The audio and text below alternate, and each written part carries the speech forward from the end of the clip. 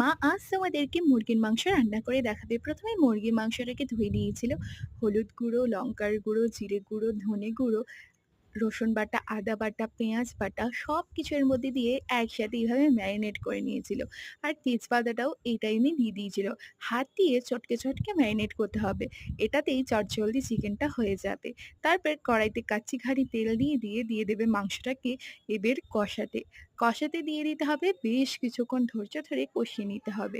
প্রয়োজনে পরিমাণ মতন জলও এড করতে হবে। তারপর ভালোভাবে এইভাবে কষাতে থাকতে হবে আর জল দিয়ে দিতে হবে সিদ্ধ করার জন্য। তারপর এখানে আরেকটু দিয়ে দিল এখানে কাশ্মীরি লঙ্কার গুঁড়ো কালারের জন্য। ভালোভাবে এভাবে কষিয়ে নিল।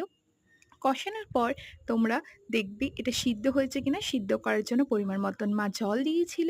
ভালোভাবে সিদ্ধ হয়ে গেলে জলটা টেনে এলেই আমাদের চিকেন কষা রেডি। দারুণ খেতে হয়েছিল। সাবস্ক্রাইব